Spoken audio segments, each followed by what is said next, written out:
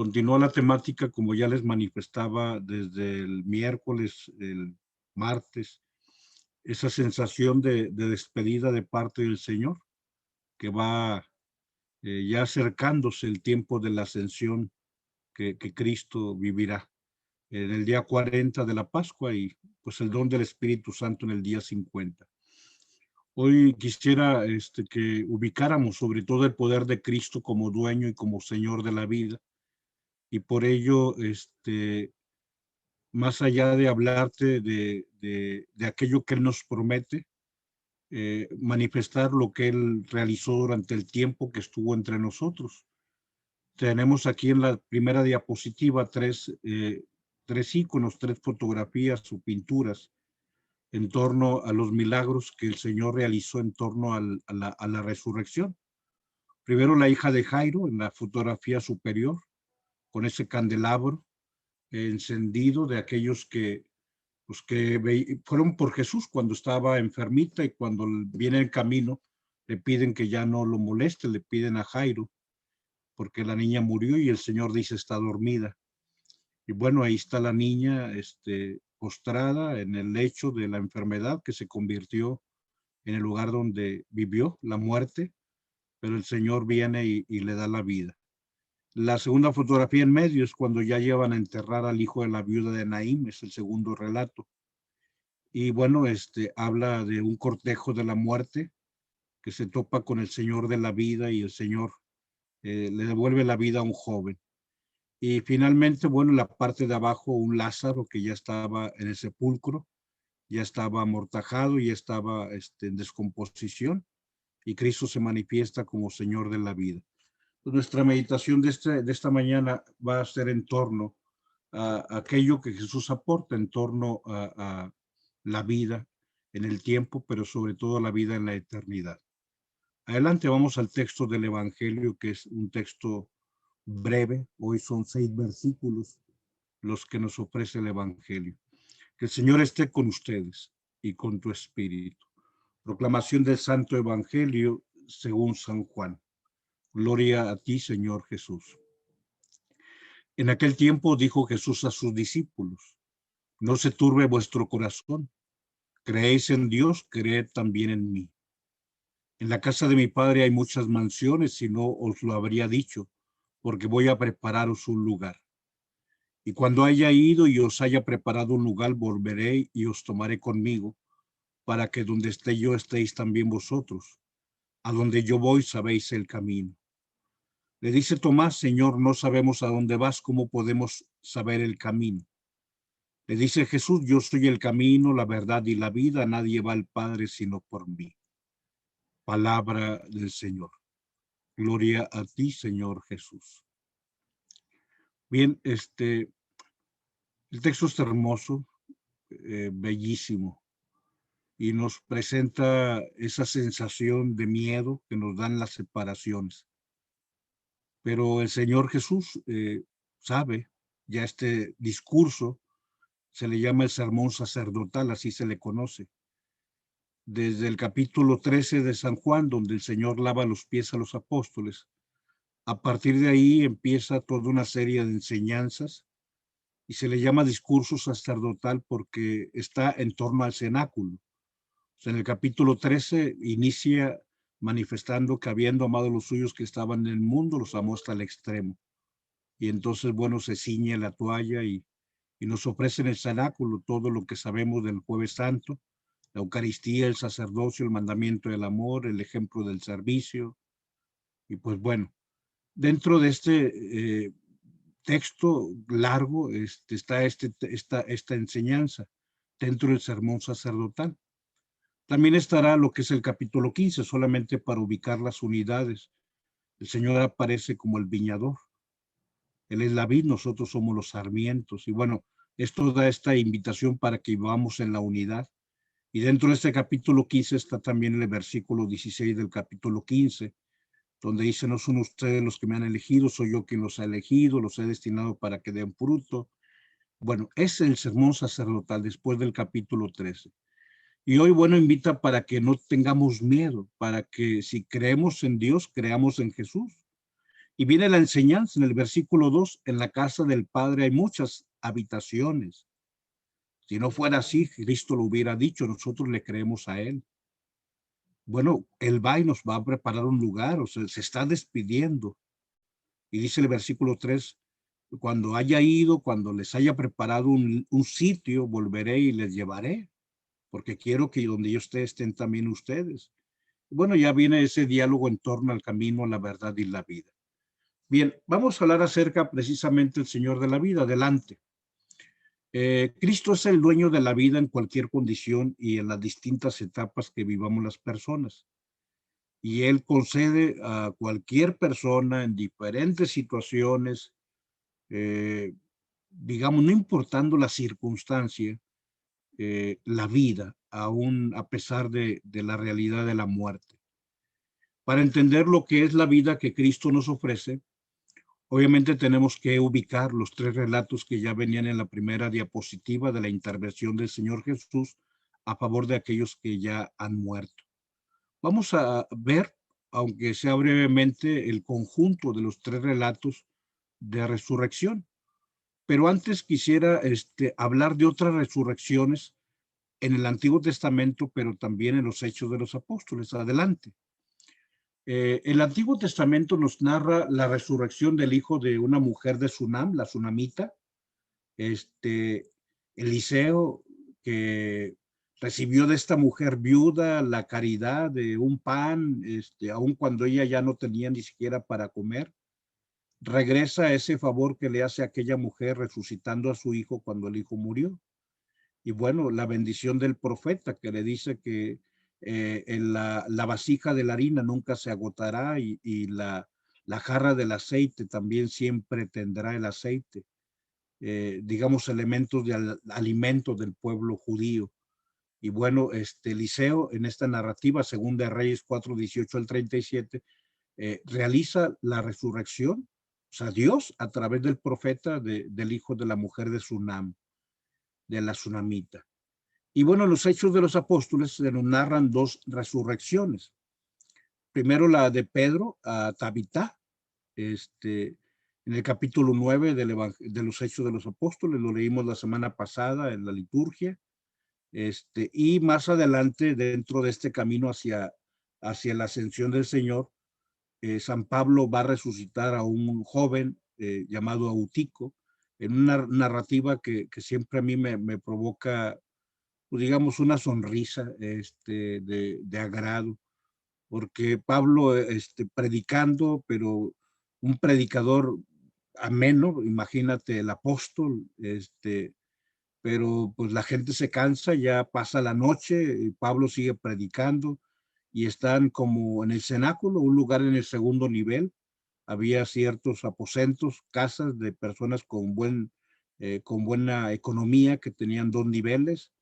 Y bueno, ahí está predicando Pablo en un salón abierto, alguien está sentado en la ventana, Eutico se cae, se muere, Pablo baja, resucita a Eutico y después de que lo resucita sigue predicando, o sea, aún a pesar de que con su alargada predicación se le durmió el pobre Eutico, bueno, ya lo resucita y le dice, bueno, aunque te hayas muerto y ya regresaste, siéntate otra vez aquí. Te digo, causa una sonrisa, pues digamos, de agrado, de lo anecdótico, pues de estas situaciones humanas bellas dentro de una iglesia que nace. Y bueno, los tres relatos que aquí te comparto, ya te los narraba en la primera diapositiva. La hija de Jairo, Lucas 8, el hijo de la viuda Naín, Lucas 7, Lázaro, hermano de Marta y de María, lo que es el capítulo 11 de San Juan.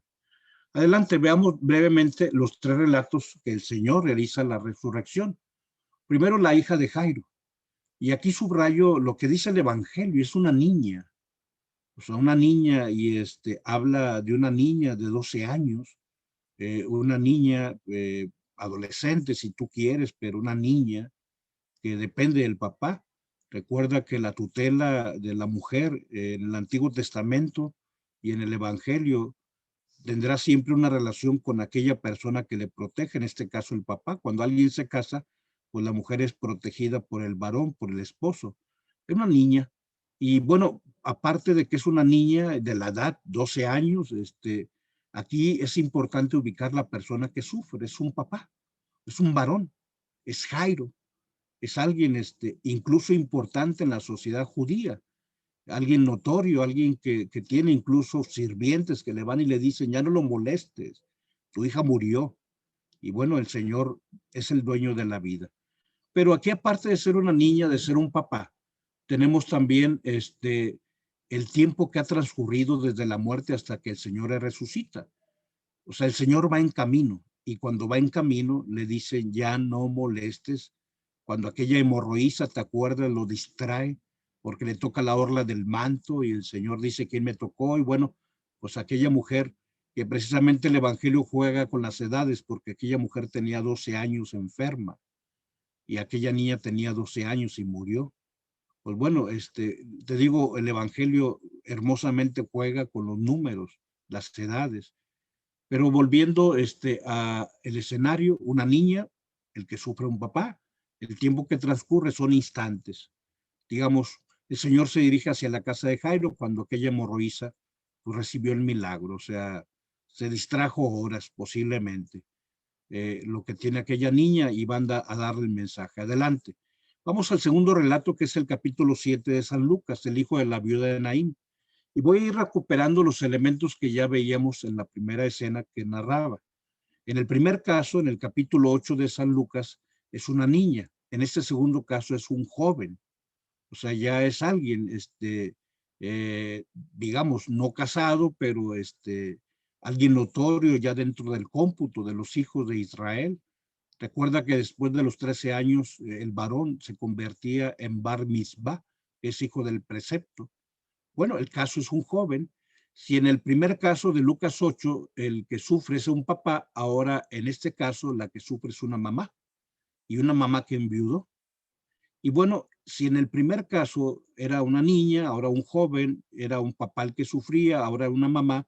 Si en el primer caso eran instantes de que había muerto, el tiempo que ahora ha transcurrido, pues consta de un par de días, ya lo llevan a enterrar, ya van en ese cortejo donde las plañideras van llorando, y el Señor, al escuchar el llanto, se compadece y bueno, le regresa al hijo a la viuda de Naín. Adelante. El tercer caso, que es Juan capítulo 11, nos presenta una situación que va en ascenso.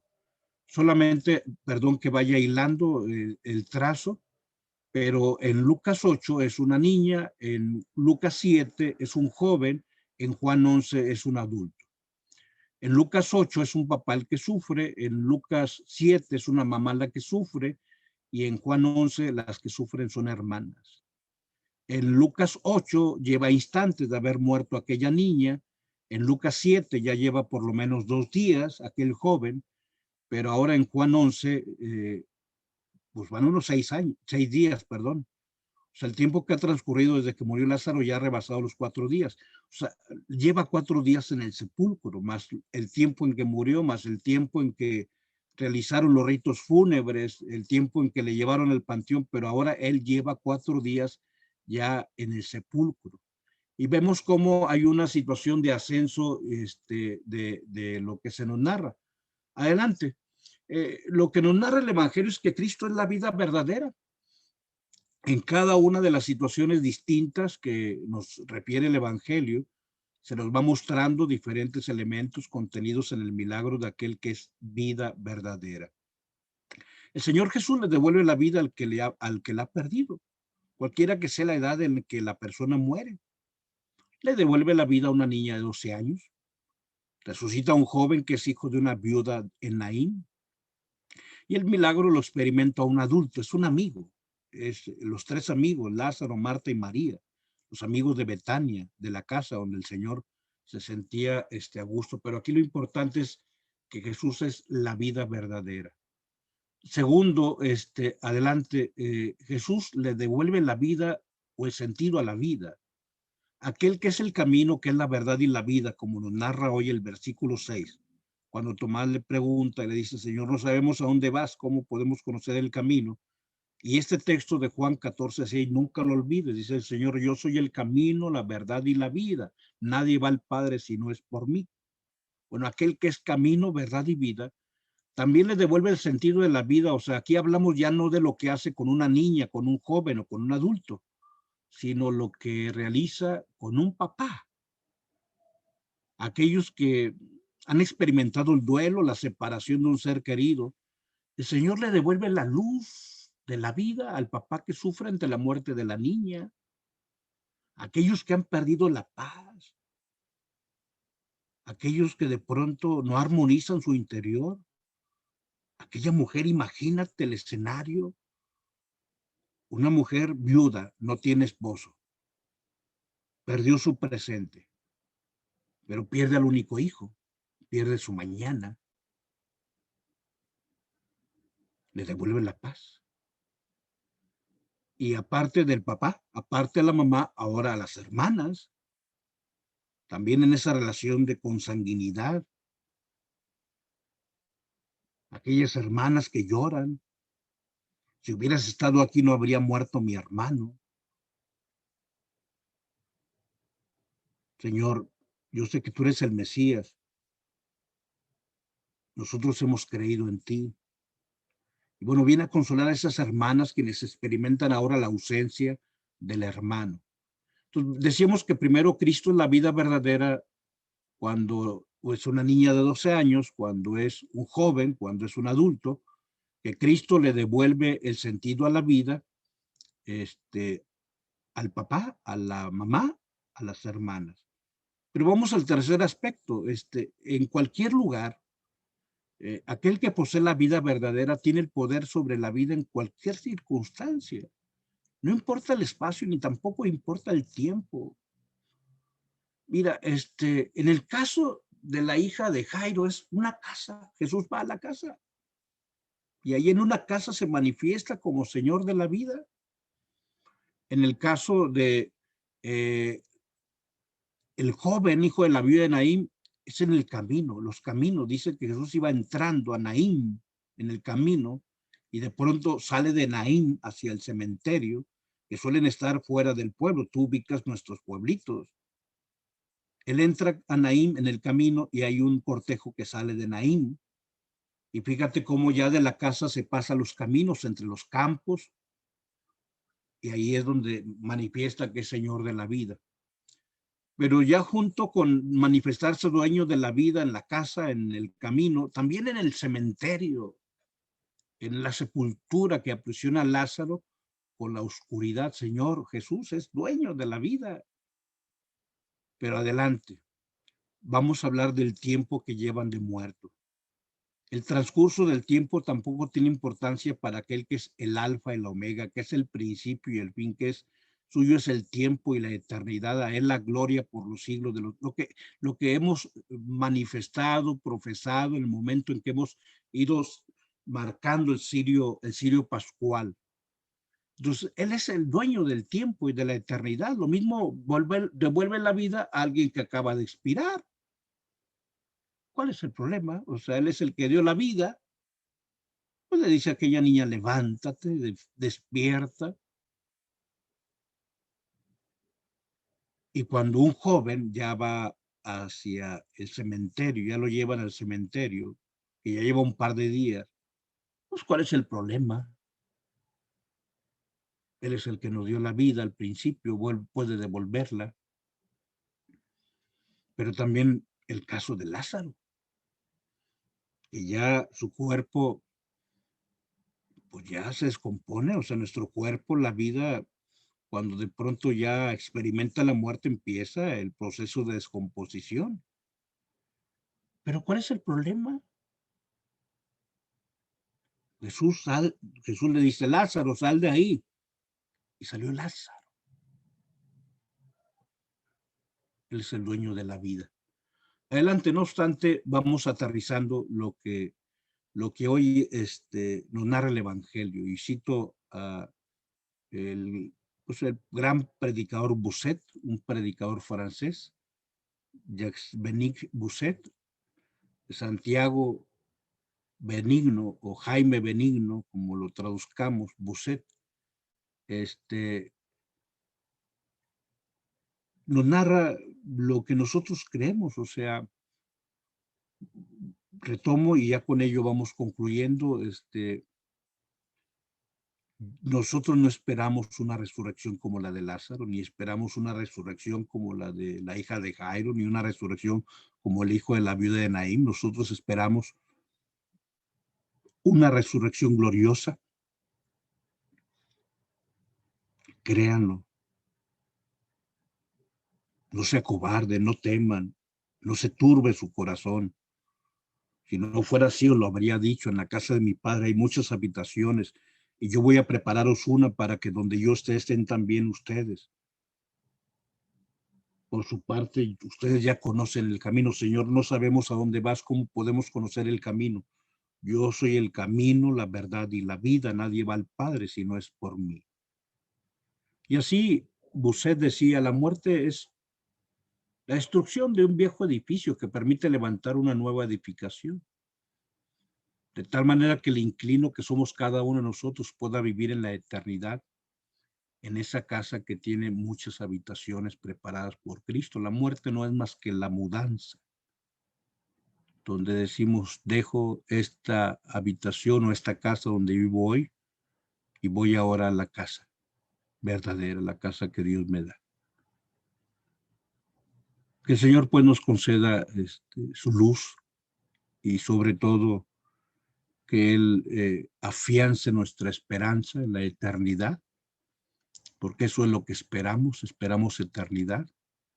Él nos ha preparado todo. En nombre del Padre, del Hijo y del Espíritu Santo. Amén. Pues muchas gracias.